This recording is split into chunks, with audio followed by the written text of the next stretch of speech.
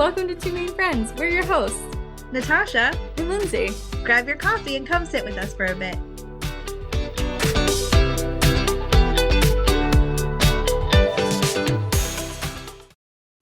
Hello.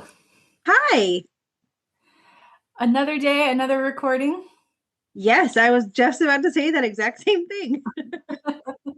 We're doing these back to back just because schedules are crazy in the next week. But I'm excited about crazy schedules. It's going to be fun. It's good stuff for sure. Yeah. So I was thinking I have an icebreaker for this episode to kind of roll us into our topic for the day. If somebody said to you today, you've changed, would you feel defensive? Would you feel proud? Or would you be a little offended?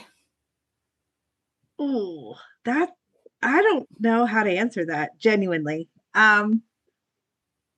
I think I'm erring towards the side of defensive. Yeah.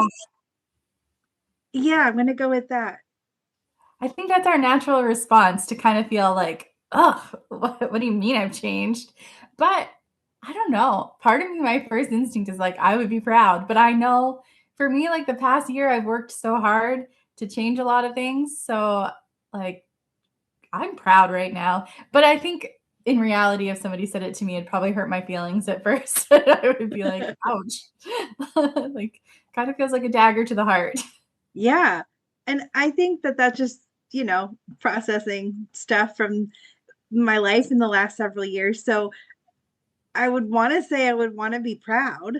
But I think that I am erring on the side of, what do you mean? Like, why do you think I've changed? Is that bad? Is it good? Like, Right. what do you see? Because I feel different, but I don't know what you're seeing. Right. Do you think that the context of the person would change how you feel about it, whether you were close to that person or more acquainted but not friendly? Ooh, that is a great follow-up question. Um, yes, I think it would matter if it I was think the so person. too. Yeah. Yeah. I think if you told me I've changed, it would make me reflect and be like, what do you mean I've changed? Like, can you give me some examples? Is it good? Like you said, like, is it good? Is it bad? But if like a coworker from a year ago that I worked with was like, you've changed, I'd be like, yeah, you're darn tootin' I have. You I don't know. better believe it. You better believe it. No, I don't know. Yeah, I think context is key on those pieces for sure. I agree. I think if it was somebody from my past, depending on which season of life it is, Yeah. if they said that you've changed in some ways, I would be like, yeah, I hope so. And then in other ways, I'd be like, okay, so what does that mean for you?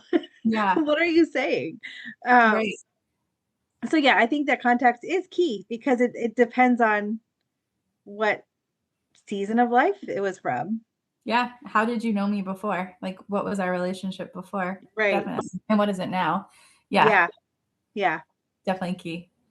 But what happens in friendship, rolling right in, when you both change? Yeah. I,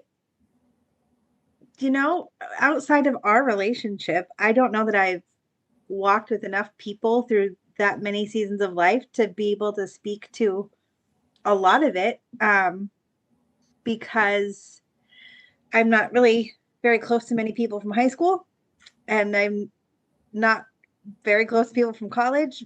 That's mostly proximity, right? Like, if I were to run into a college classmate, I'm sure we could pick up where we left off. In many of those circumstances, I think that would be the case.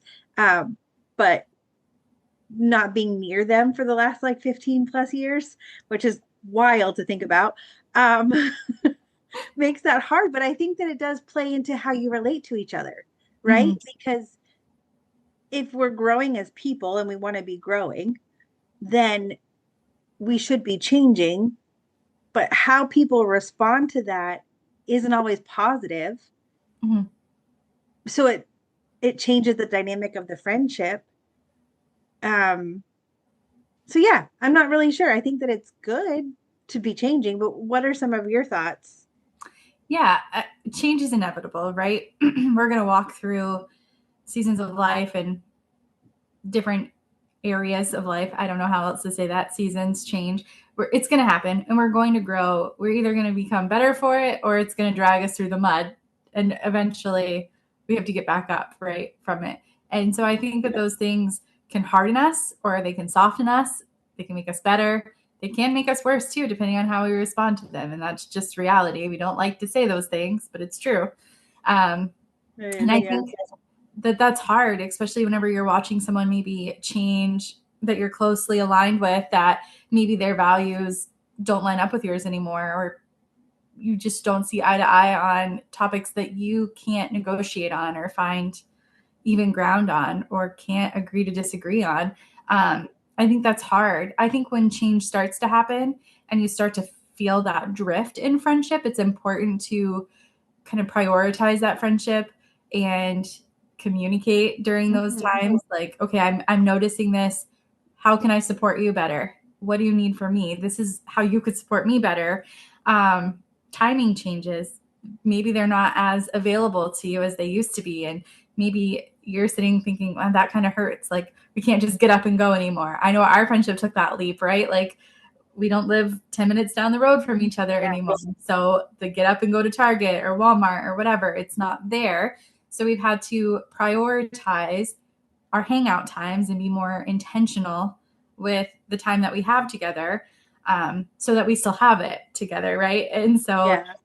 I think that that's important, and recognizing that our emotional needs might change too.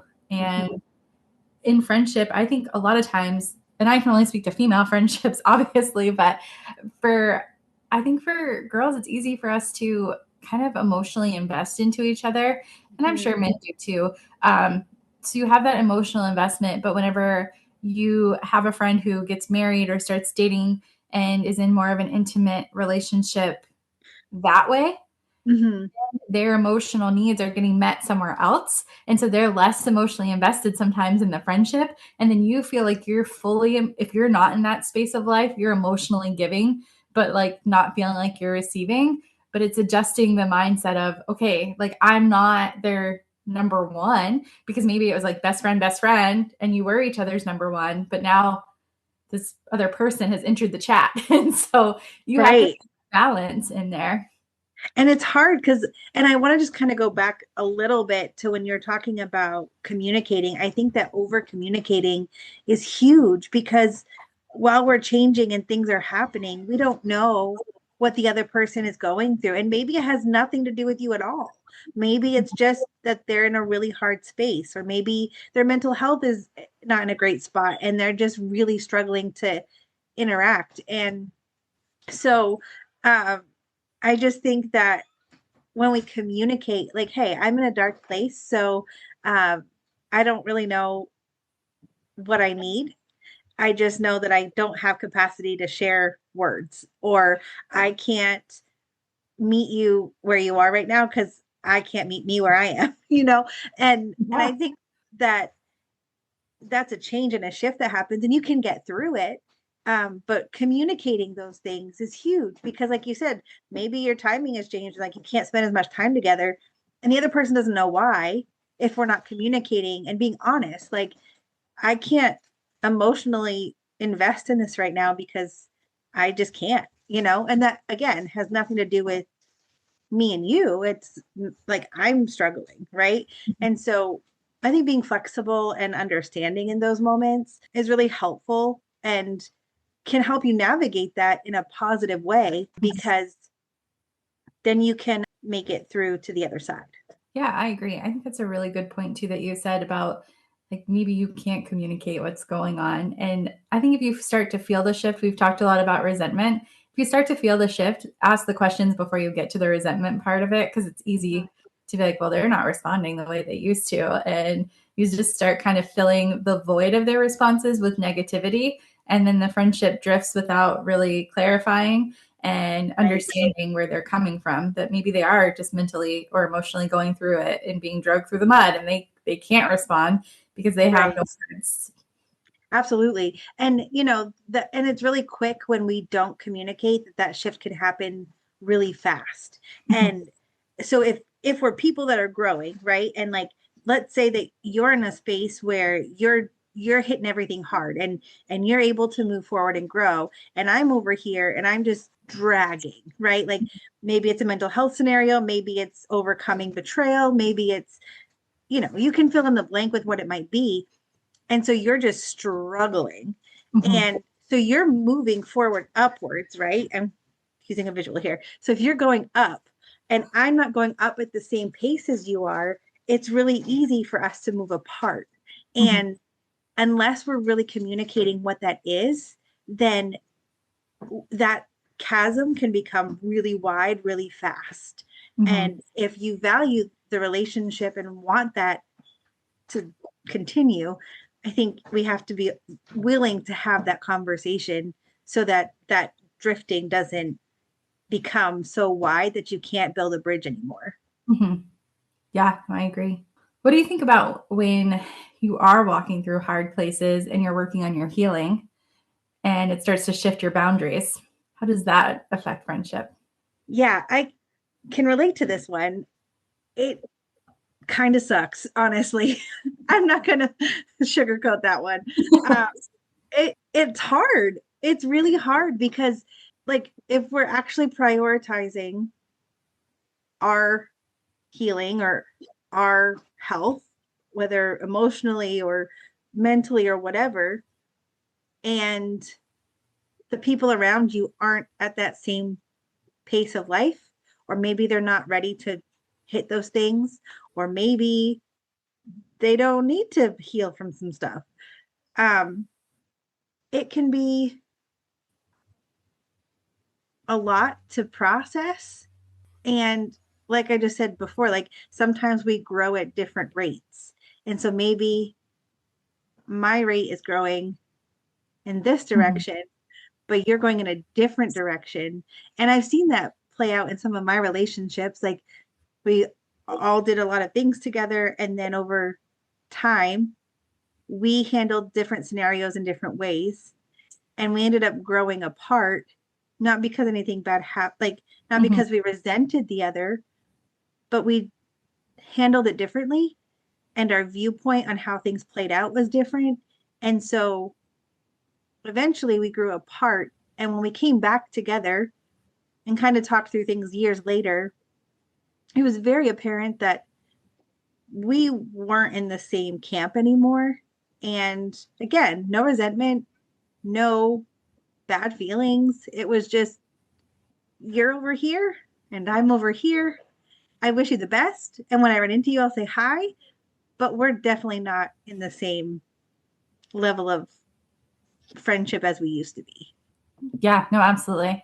I think too, when we start prioritizing healing from past relationships or past behaviors that were shown to us, maybe it was childhood things that happened, or maybe it was adult traumas that happened, whatever it is, we all have things. I will die on the hill that everyone needs therapy because we all have to walk through crazy things in life. Um, I think that healing starts to shift our boundaries and change how we prioritize our boundaries and the behaviors that we're willing to accept. And so, unfortunately, sometimes in friendship, that means that that relationship that we were so invested into, we start to see the little things that aren't working for us, the constant need for time, maybe, or the constant reassurance, and that's just not something we can provide. And so our boundaries start to shift that way too, and we can no longer be the friend that we were before because our space doesn't involve that anymore. It just Right. can't. Yeah. And I think that that's important if we're growing, right? Like we want to surround ourselves with people that are going to keep us going in that direction that we're going after. Like whether that's in our career or in our relationships, like who you surround yourself with is going to either point you in that direction that you're headed in or it's going to pull you away from it. And sometimes when we grow or when we heal, those sometimes it changes the dynamic of the relationship because now we recognize, oh, this isn't healthy anymore, or they're not prioritizing the things that I prioritize, and this is really important to me, so maybe I need to take a step back for a little while. And that's okay. It's a matter of where are you in that process and what's important to you moving forward. Mm-hmm. Yeah. And I think too, like growth and healing changes how we communicate in general. So sometimes it's not even about the other person. It really is just us and changing our thought processes and our thought patterns and how we communicate. And sometimes that affects our relationships because we're not communicating the same way that we used to. And that's where that vulnerability comes into play and explaining the why behind it. And I don't think that we necessarily always do a great job at explaining the why of why things are changing. And in Yeah. friendship or in any relationship, that's so important to communicate the why behind the change. Yeah. And I think that it would be okay too, especially if you're in a relationship with a person that is safe, to ask, like, hey, you seem different. Like, what's going on? Or are you okay? Like, things seem to be a little bit off from what I'm used to. And then maybe you can open the door for the conversation, because maybe they're trying to figure out how to bring it up too, but they don't necessarily know how to start the conversation. Yeah, I think asking, are you okay? Or are we okay? Is everything good between us? Obviously, not all the time because you don't want to be the insecure friend who's constantly worrying about your friendship. That's not healthy. If you're that insecure about a friendship, maybe that's something to reevaluate. But if you are noticing the shifts, like we talked about at the very beginning of you've changed, maybe not coming off so quick to be like, wow, you've changed, or wow, you're so different these days, but like, hey, is everything okay? I've noticed a Yeah. little shift in our friendship and I'm just checking in. I want to make Yep. sure we're good. And I think that that's important, the And that approach. goes a long way because it shows that you care. Like, Mhm. it shows that you're invested in this too. And so I want to make sure that everything is okay, whether Yeah. it's with you internally or with us in our relationship. Mhm. And I think that makes a big difference when we show that we care. I agree. Yeah. And then there's grieving who you used to be in friendship, or I think both ways that we can talk about is grieving you as the person, grieving who you used to be in friendship, but also being the friend, grieving what the friendship used to be and what that person used to be to you. So that's two different angles for it. What are your thoughts there? It can be hard, especially if you're a self-critical person, um, to recognize, like, hey, I'm not where I used to be, and this feels Mhm. uncomfortable, and I don't know what to do with it. Um, but also like how the relationship has changed, especially for like an introvert, because I'm introverted. So it takes a while to become open enough to share life with someone, right? To become vulnerable and have the safety, I guess, to feel like Mhm. you can express like your inner thoughts and like all of that. So to then have a change in the dynamic, it can feel really hard, um, because it took a long time to get to where you were, right? And so I don't know. I think we can definitely miss who we used to be, but it's all part of growth. And I think growth shapes us into somebody we want to become. And so it's just different. Yeah, no, I agree with you 100%.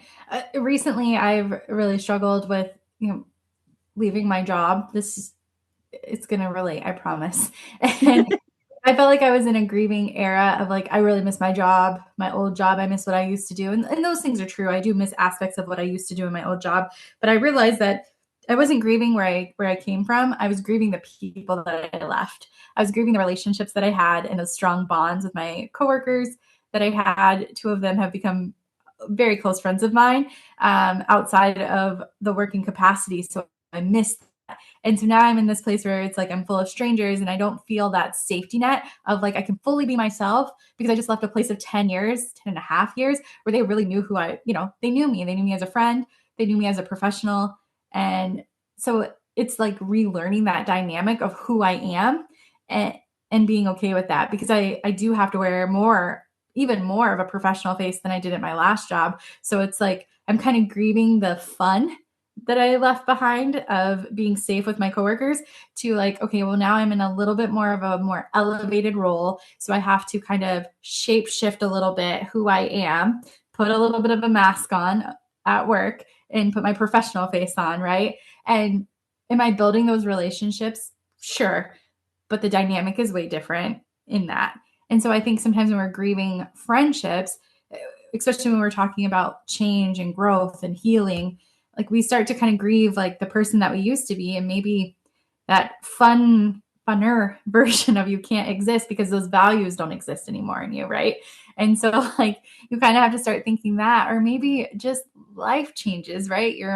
Maybe you find yourself married with kids and that dynamic changes who you are. And so then you're kind of grieving being able to go. I know for our friend group over the years, we've had huge changes where we went from every Wednesday night hanging out and playing games, or the guys watching Survivor and the girls in the kitchen talking. Like there was a huge shift where we didn't do that anymore. And it would be easy to grieve those moments. And Yeah. sometimes I still do miss those moments, Mhm. right?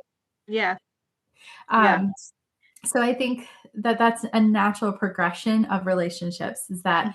as we're evolving and as we're changing, it's okay to miss the old, but we can't miss it so much that we stay stuck in that like sadness of it and never embrace the newness of what could be.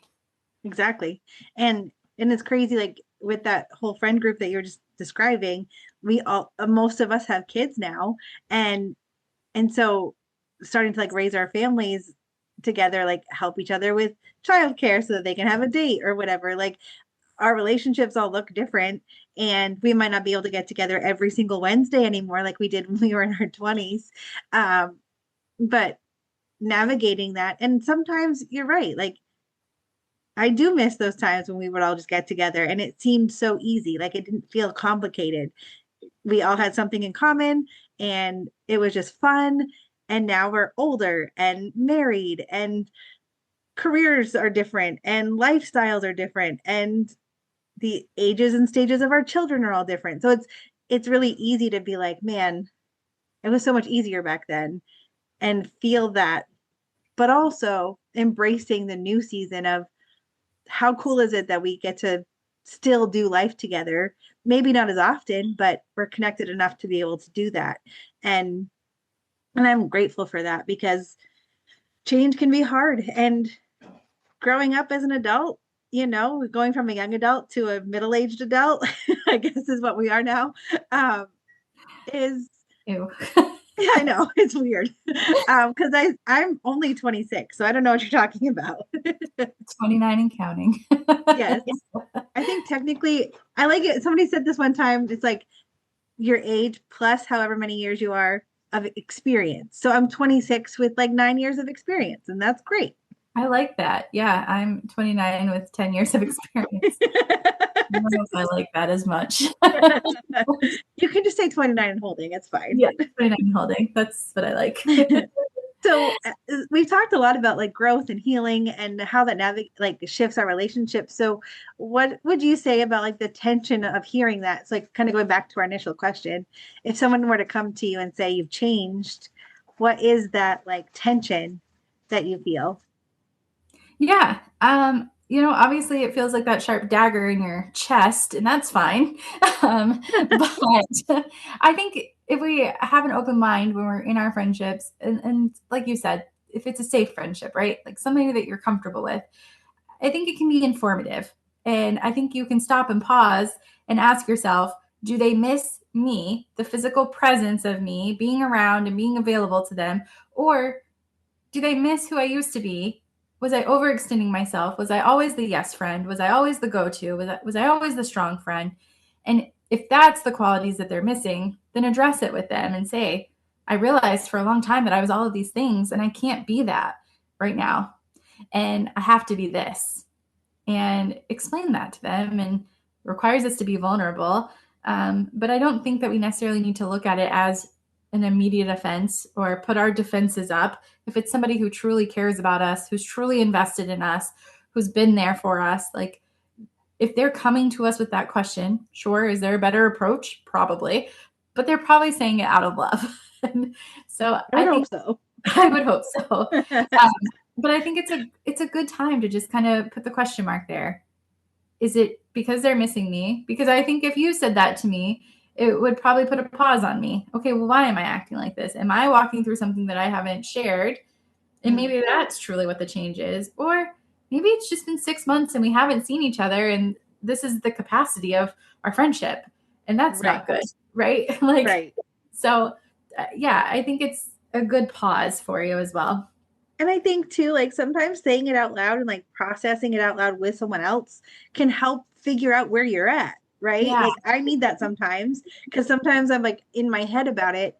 But when I start to say it out loud, I'm like, oh, wait, this has nothing to do with you. This has been me the whole time. I'm so sorry. Right. Yeah. Like, and Yeah. it's not until you are able to talk through it that you recognize it for what it is. It just Mhm. kind of happens because we don't Right. intentionally mean for breaks in the relationship or changes to shift, but that's part of being a human and it happens. And so Yeah. when it happens, how we respond to it makes all the difference.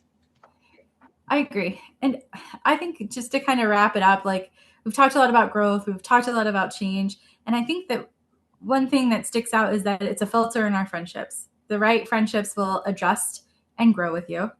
Others might fade, and that's never fun and it's never easy. We've talked about the ick and how awful you can walk away feeling, but it allows for other relationships to strengthen and align with you. May even open up the door for new relationships to happen, even though that can cause for us to align with those that are around us more. And discomfort from change, when we go back to that tension, it doesn't always have to equal a negative in friendship. Just because someone knows your change doesn't mean that you've done something wrong. It just means that the relationship is shifting, and that's okay too. Relationships shift. That's a wrap on this episode of Two Main Friends in a Podcast. Follow us on Facebook or Instagram. You can also send us an email at twomainfriends@gmail.com. And as always, leave us a review wherever you're listening.